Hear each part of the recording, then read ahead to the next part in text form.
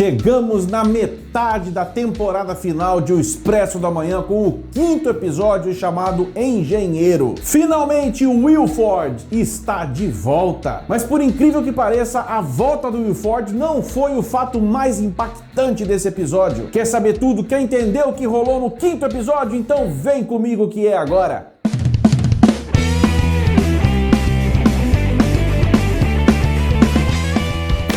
E aí galera, Esportico na área, eu sou o André Muriel e desejo que você esteja bem demais. A temporada final tá demais, tá digna de um encerramento mesmo. Nesse 5º episódio então teve de tudo um pouco, mais tensão, mais respostas, mais mistérios e um sacrifício. Além da grande volta muito esperada do Will Ford, como eu disse no começo. Nem a volta do Will Ford, que era tão esperada e tão sabida que ia rolar, né, que ia acontecer, não foi tão impactante quanto o sacrifício, né? Um personagem que nos deixa aí de forma trágica, muito triste mesmo, que foi o personagem do Ben. Não à toa o episódio chama-se Engenheiro, né? O episódio foi totalmente do personagem. E aliás, que atuação o ator, né, o Goldberg, deu nesse episódio especificamente pro Ben, né? O cara arrasou, o episódio foi dele, bem dizer, né? Literalmente. Foi a partir dele que soluções vieram.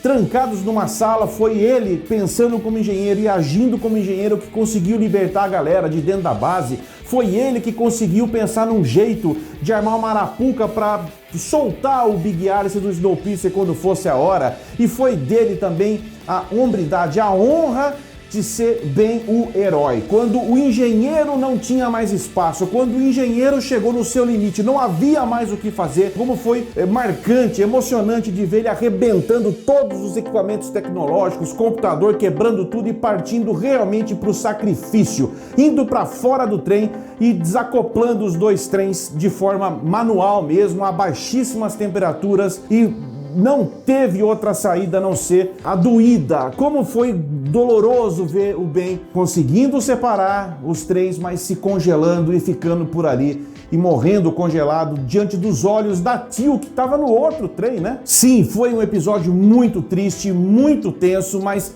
por que eu comecei falando logo da morte do Ben, né? Que foi uma das últimas coisas do episódio. Não foi a última, mas foi uma das últimas coisas. Porque essa morte, ela vai ter implicações significativas agora na outra metade. Imaginem vocês quando mais pessoas souberem do que aconteceu. Imagina a Melanie quando souber o que aconteceu. A Alex, que fica pra trás, fica na base quando souber o que aconteceu. Se faltava mais uma pitadinha de motivação nessa rebelião, nessa luta pela sobrevivência, a morte do Ben vai ser sim uma marca significativa para que esse grupo não desista jamais de derrotar o próprio Will Ford, todas as intenções dele, né? Depois desse acontecimento hiper trágico, impactante, o mais impactante do episódio, a gente tem que ir para o segundo momento mais impactante e esperado do episódio, que é a própria volta, a revelação de que o Will Ford está vivo e por trás de tudo, como a gente tinha previsto aqui em análises anteriores. No entanto, a única surpresa é que eu achava que ele estava arquitetando tudo, que ele era o dono dessa base, aquela coisa toda, mas não.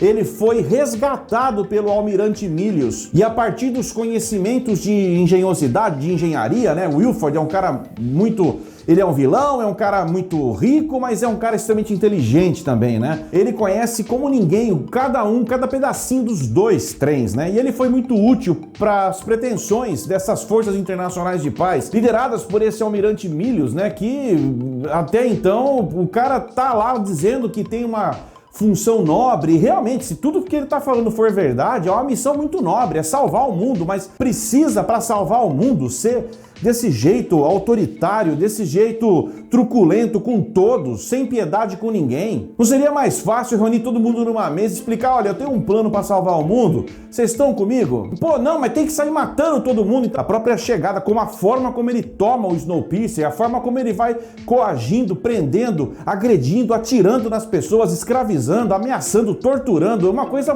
totalmente sem sentido para quem abre a boca para dizer que está numa missão de paz, uma missão de salvação do mundo. Chega a ser incoerente. E eu espero que essa incoerência seja uma característica, um traço exclusivo do personagem Almirante Anton Milius, que não seja uma pedra de tropeço para todo o roteiro que vai se desenrolar agora nos próximos 5 episódios. Então, como eu estava dizendo, o Will Ford tá por trás de tudo a partir do ponto em que ele oferece ajuda. Os caras precisam dos trens, dos 2 trens juntos, para completar a missão de espalhar essas bolas que a gente deve ver agora, acho que nos próximos episódios, esse artefato que o Dr. Nima está criando para poder jogar, espalhar aí esse elemento que ele cria, que pode dissipar o frio e criar bolsas de calor ao redor do mundo. Mas é nessa pegada então que o episódio começa, exatamente de onde tinha parado o episódio anterior. Ele fecha um acordo com a Josie, a Lyanna pelo Big Alice. E a Josie sabendo ali que a Lyanna não estaria no trem naquele momento, né? Que eles estariam indo para uma base e ali seria feita a troca. Sem ter muito o que fazer, né? A Josie volta, se encontra com o André Layton. É uma decisão difícil, né? E o André Layton, claro, ele tá ali em primeiro lugar pela filha dele. Qual pai não cederia a uma exigência dessa? O André Layton, ele tem sim muito apreço, muita consideração por todos no Novo Éden. Ele sabe que o não retorno do Big Alice seria a morte dos seus amigos que ficaram no Novo Éden. Mas é a filha dele. Você, em sã consciência, sendo pai, você não faria a mesma coisa? Não dá pra culpar o André Layton de jeito nenhum. Depois de uma conversa tensa entre o André Layton e o próprio Almirante Milius, onde o André Layton exige o mínimo, né? Ele queria ter certeza de que a filha estava viva e por um telefone de satélite ali ele consegue conversar com a filha, ou escuta a filha, né, pelo menos, e ele decide ceder e vai partir para a parte mais difícil, que é fazer com que a Ruth também ceda, né? Que a Ruth, que está comandando tudo ali, que ela entenda a questão. E é realmente uma decisão difícil. No fim das contas, a Alex ajuda, convence a Ruth. Mesmo a contragosto, ela entende a importância para o André Layton de salvar a Lyanna e ela cede, então, para que os trens se acoplem finalmente, como queria o Anton Milius. O interessante é que o engenheiro, né, o nosso protagonista de longe central desse episódio, que foi o Ben, ele percebe a jogada e ele começa a acoplar o sistema, né, dos 2 trens, mas deixando um último botão sem acionamento. Com certeza ele já estava 10 passos à frente ali, já pensando numa solução, que é justamente por isso que quando eles estão acessando então a base, né, quando o trem para e eles acessam essa base no meio da montanha, quando ele diz pro André Layton que ele tá armando alguma coisa, pro André Layton confiar nele. Ele já estava armando quando ele deixa aquele botão sem ligar. Dali pra frente o que a gente viu foi o André Layton sendo conduzido de forma separada por salas, né, dessa base, aonde ele foi desinfectado, foi conduzido para alguns lugares. Essa forma como o roteiro escolheu para conduzir o André Layton sozinho por algumas partes da instalação nos ajudou, enquanto telespectador, de entender um pouco mais sobre essa base, né? Vimos ali, por exemplo, que o elevador tem alguns andares que estão bloqueados, né? O André Layton fala o que aconteceu com esses andares aqui. Os andares 1, 2, 4, 5, 6, 7, 8 e 9 estão tapados, não podem ser acessados. Por quê? Eles estão tomados pelo frio? Foram violados, como o próprio Layton disse, ou tem coisas secretas acontecendo nesses andares? Quando o André Layton finalmente chega na sala, ele encontra os outros amigos dele, ele encontra a Ruth, o Ben, a Alex, só não encontra a Josie, né? A Josie foi levada para um outro lugar e isso já causa um pouco de desconforto neles todos. É justamente dentro dessa sala que acontece o encontro, né? Do Almirante Milius vindo explicar mais um pouco sobre essa tal missão de paz deles, explicando um pouco mais sobre o trabalho da Melanie, que mais uma vez não aparece. Outro episódio sem que a Melanie apareça, ela só é citada, né? Ela diz que o Milius diz que ela tá pro lado de fora da base, coletando dados climáticos. Como tinha muita coisa para acontecer nesse episódio, eu até entendo a decisão deles dos executivos de não colocarem a Melanie nesse episódio, né? Já não bastasse a volta do Will Ford, teria esse sacrifício do Ben no final, então era muita coisa para o mesmo episódio, então eu acho que até fez bem a Melanie não entrar nesse, mas ela precisa voltar urgentemente, ela vai ser peça fundamental daqui para frente, não só porque ela é uma engenheira, não só porque ela é muito inteligente, mas porque a carga dramática em cima dela vai aumentar demais quando ela ficar sabendo da morte do seu amor, né, do Ben. O mundo podia estar congelando pro lado de fora da base, mas ali dentro da sala o clima tava quente, quente demais, todo mundo nervoso, especialmente a coisa ferve a hora que o Milius o Almirante chama o Will Ford e apresenta realmente quem está por trás ali dos planos, né? E ali o André Layton se enfurece e tenta voar no pescoço, né, do Will Ford. Aliás, Sean Bean apareceu para ser mais uma vez aquele Will Ford que nós sempre conhecemos. Que magistral interpretação! E se a gente achava, eu mesmo era um desses, né, que achava que o Will Ford poderia se redimir, pelo menos por essa retomada dele, não tem nada de redenção. O cara tá vilão com V maiúsculo. Se ele vai ter alguma virada na metade agora da sequência, nós não sabemos, até porque, nesse momento, de forma inteligente, o roteiro agora coloca dois vilões pra gente entender qual dos dois é pior, né? O Almirante Milius e o Will Ford, porque não existe uma conexão um pouco mais íntima entre os dois. O Milius salva o Will Ford e põe o Will Ford para trabalhar para ele. A própria Ruth passa o recado, ó, você não pode confiar no Will Ford depois que ele some, sai, né? Aí ela fala pro Milius isso, né? E ele, lógico, ele é um cara inteligente, tanto é que ele propõe acordos com o André Layton, ele sabe que existe um clima de vingança acontecendo. Se por um lado o Will Ford quer se vingar de toda a galera, porque a galera colocou ele num acoplador, né, num planador ali de trilhos, num suporte à vida para ele morrer mesmo, né? Então tem um processo de vingança do lado dele, mas nada se compara ao processo de vingança do próprio André Layton, de toda a galera. O Will Ford praticamente largou todo mundo na miséria, né? Como a própria Alex disse, é um cara que não tá nem aí pro mundo, isso não é dele, só pensa no umbigo dele. A partir daí o que se viu foram muitas cenas inteligentes, como eu disse, o engenheiro, o próprio nome do episódio, né? O Ben criando situações a partir de engenharia, enxergando possibilidades de construir, usando fios, placas, maneiras de, usando a engenharia, o conhecimento dele de abrir portas e tudo mais, mesmo a situação de desacoplamento dos trens, como eu disse.